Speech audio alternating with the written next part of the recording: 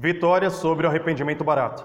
Seja muito bem-vindo. Iniciamos mais um episódio da série Vitória sobre o Pecado e hoje analisaremos o arrependimento verdadeiro, genuíno, legítimo, sincero, profundo versus um arrependimento vazio, movido por remorso, movido por culpa, movido por medo e que infelizmente esse arrependimento não tem como acessar uma verdadeira mudança de conduta, de vida e de caráter. Veremos 4 relatos bíblicos de pessoas que confessaram suas faltas, porém permaneceram no erro, e contrastaremos com um verdadeiro e genuíno arrependimento movido pela ação de Deus. Eu desde já peço que você se inscreva no canal. Eu me esqueço, a maior parte das vezes eu me esqueço de falar sobre isso, e é algo que fortalece o trabalho. Nós estamos, graças a Deus, com um bom número de visualizações, e através do número de inscritos, curtidas e comentários, a plataforma entende e acaba compartilhando mais, distribuindo mais esse material. Portanto, nos dê essa força, nos ajude, se inscreva, curta e comente aquilo que for relevante. Vamos então aos relatos e tiremos lições fortes para a nossa própria vida. Em primeiríssimo lugar, precisamos entender que arrependimento é dom de Deus. É a bondade de Deus que nos conduz ao arrependimento. De maneira que o ser humano não tem como produzir arrependimento por ele mesmo. Isso é algo muito importante para entendermos, porque envolve um aspecto de seriedade no assunto. Nós não podemos procrastinar uma mudança de vida, um arrependimento, porque quando a tristeza, aquela tristeza vinda de Deus, porque existem 2 tipos de tristeza nas Escrituras. Existe uma tristeza produzida pela carne, e essa tristeza pode gerar todo tipo de doença psíquica, inclusive pensamentos de morte, pensamentos suicidas. Essa é uma tristeza que a própria carne produz. Por outro lado, existe uma tristeza que vem de Deus, que é produzida pela bondade de Deus que nos constrange. E essa tristeza, quando nós sentimos esse tipo de tristeza, devemos imediatamente nos arrepender dos nossos pecados, porque isso é a ação de Deus sobre nós. Quando nós adiamos decisões, procrastinamos decisões, acabamos, como diz o ditado popular, empurrando com a barriga, corremos o risco de não mais sentirmos essa tristeza vinda do céu. Isso pode fazer com que haja um endurecimento do coração. E quando falamos sobre endurecimento do coração, é inevitável lembrar sobre Faraó, que é justamente o primeiro dos casos que veremos hoje. Faraó é um ícone de endurecimento do coração.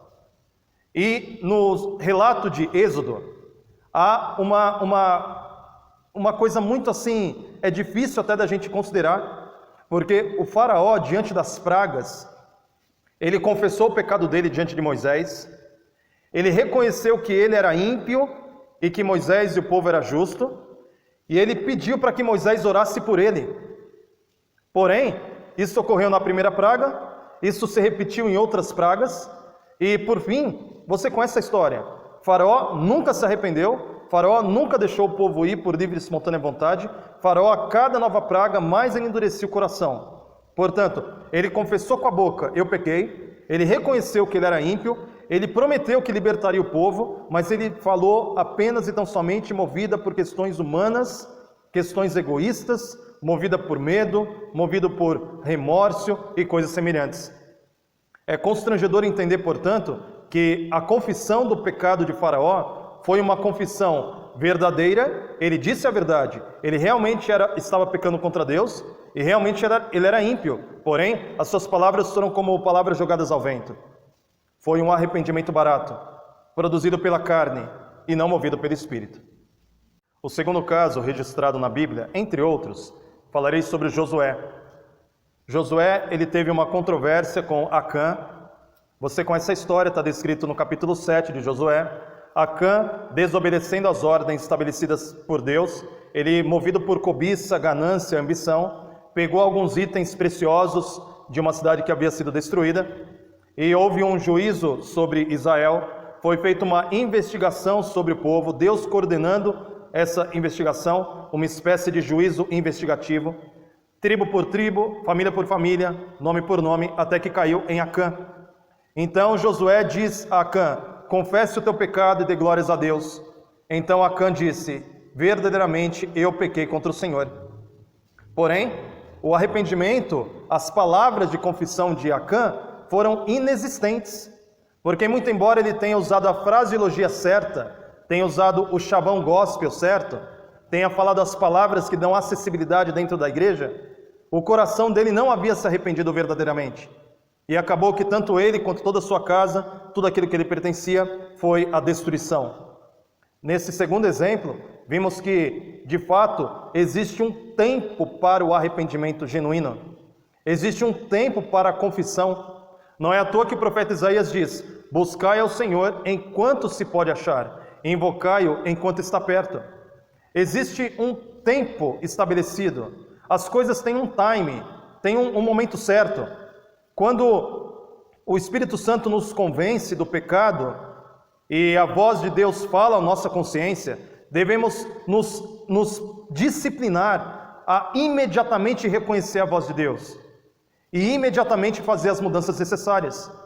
Porque no caso de Acã, ele confessou tarde demais. Terceiro caso, caso de Saul. Saul foi o rei, primeiro rei de Israel, e que se tornou um grande perseguidor de Davi. E no caso, Saul, ele reconheceu, pelo menos 2 vezes, que ele havia pecado contra Davi e contra Deus. E ele falou com a boca: eu pequei. Ele reconheceu o pecado dele, prometendo que não perseguiria Davi, depois perseguiu de novo Davi, reconheceu que estava errado, mas continuava na perseguição. Tudo isso nos faz perceber uma dinâmica de como a porca lavada que volta ao próprio lama e como o cachorro que volta ao próprio vômito. Saul foi um homem que confessava com a boca e voltava a praticar as mesmas faltas. Saul foi um homem que reconhecia o que ele fazia de errado e, assim como Faraó, repetia os mesmos erros. Veja, existe, portanto, uma severa e solene advertência contra praticarmos os mesmos pecados conhecidos. Já sabemos o que é errado, já reconhecemos nossa falta, mas mesmo assim perpetuamos nos erros que já foram alertados em nossa própria consciência.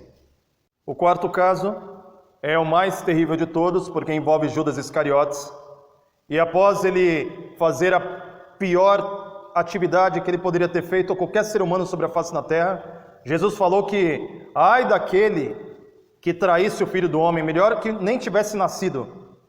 Porque considere a consciência de Judas quando ele vir Jesus voltando nas nuvens dos céus e olhar para Cristo e entendendo que ele fez o mal para alguém que ele mesmo, como foi a sua confissão, ele sabia que era sangue inocente. Porque Judas confessou dizendo: pequei contra sangue inocente. Judas reconhecia que de fato Jesus era o Messias, mas ele se deixou levar por sentimentos, ambições, paixões, ganâncias, até que o diabo entrou em Judas. Judas era responsável por receber as ofertas e administrar os recursos, os poucos recursos que Jesus recebia junto com os discípulos. Porém, Judas roubava os discípulos. Judas foi gradativamente se corrompendo, desviando-se. Estava com Cristo, mas ao mesmo tempo nunca se sujeitou completamente a Jesus Cristo. Judas é uma advertência para todas as gerações, do perigo de estar próximo e ao mesmo tempo afastado. Estar em contato com o Evangelho, mas endurecer o coração. Porque Judas conhecia a cor da pele de Cristo, a cor do cabelo, a textura, o cheiro da pele, o tom de voz. Judas esteve próximo o bastante e ao mesmo tempo nunca foi transformado. Que advertência tremenda e terrível para todo aquele que se diz crente. Conhecer a Jesus, saber que Ele é o Messias, ver os sinais, ver os milagres, ver todas as obras, mas mesmo assim nunca se entregar completamente.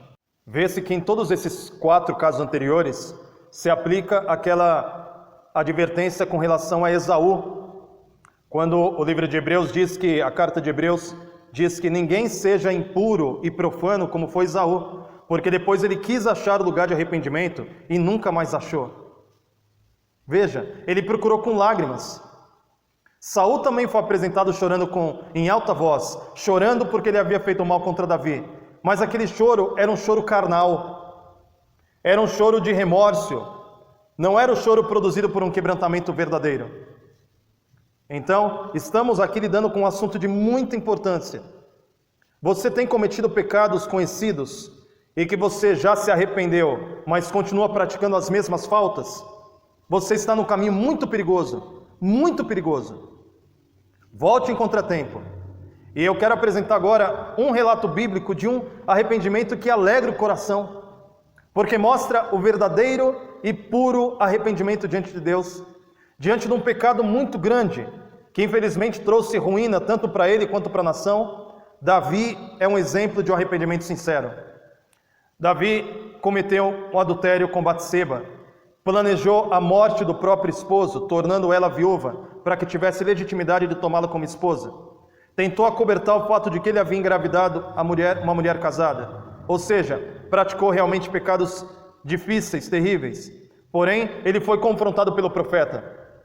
E imediatamente, quando ele foi confrontado pelo profeta, Davi reconheceu: eu pequei. A mesma frase que Judas usou, que Saul usou, que Faraó usou, que Acã usou. Porém, no caso de Davi, a sentença foi tão imediata quanto a sua palavra. O profeta disse: também o Senhor perdoou o teu pecado. Louvado seja Deus, porque Davi pecou, mas ele reconheceu o pecado e verdadeiramente se arrependeu. E Davi nunca mais adulterou. Observe a diferença. Enquanto o Faraó reconheceu o pecado, porém ele continuou perseguindo o povo de Israel. Enquanto Saul reconheceu o pecado, mas continuou perseguindo Davi. Enquanto Judas reconhecia a sua falta, mas ao mesmo tempo ele continuou tramando o mal, Davi confessou o pecado, para nunca mais cair naquele mesmo pecado. Tanto Davi, adúltero, quanto aquela mulher pega em flagrante adultério, em ambos os casos, a sentença de Cristo valeu a pena. Vá e não peques mais. Esse é o verdadeiro evangelho. Observe, o evangelho deve ser pregado a todo o mundo, para que venha o fim. E eu pergunto, que evangelho deve ser pregado? O evangelho da vitória sobre os nossos pecados. Essa é uma mensagem transdenominacional. Não tem fronteiras étnicas, religiosas, culturais, porque todos pecaram e todos devem parar de pecar.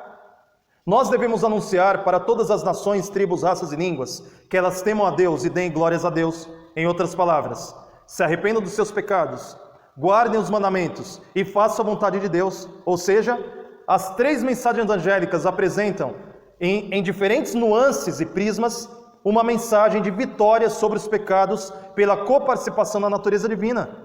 Precisamos alertar o mundo do perigo de andar no caminho de arrependimento peca, arrependimento peca, arrependimento peca. Fica constantemente voltando às mesmas práticas. Novamente eu cito, como a porca que volta para a lama e o cachorro que volta para lamber o próprio vômito. Não podemos viver nesse ciclo vicioso de Saul, Faraó, Acã, Judas e tantos outros. Por quê? Porque é o caminho mais perigoso deste mundo. É mais fácil você andar numa zona de guerra sem ser atingido do que se você viver nesse ciclo vicioso sem se perder. Então eu digo a você, desses 5 relatos, apenas um deve ser seguido como modelo: Davi. E eu te convido a ler com esses olhos o Salmo 32, a você ler com esses olhos o Salmo 51, a você perceber nesse arrependimento um homem que verdadeiramente se quebrantou diante de Deus e decidiu: nunca mais cairei nesse pecado. Vitória sobre o pecado é a mensagem para o povo de Deus nesses últimos dias sobre a terra. Peço que você curta esse vídeo, se inscreva no canal e compartilhe, porque verdadeiramente o evangelho do reino será pregado para todo mundo. Então virá o fim.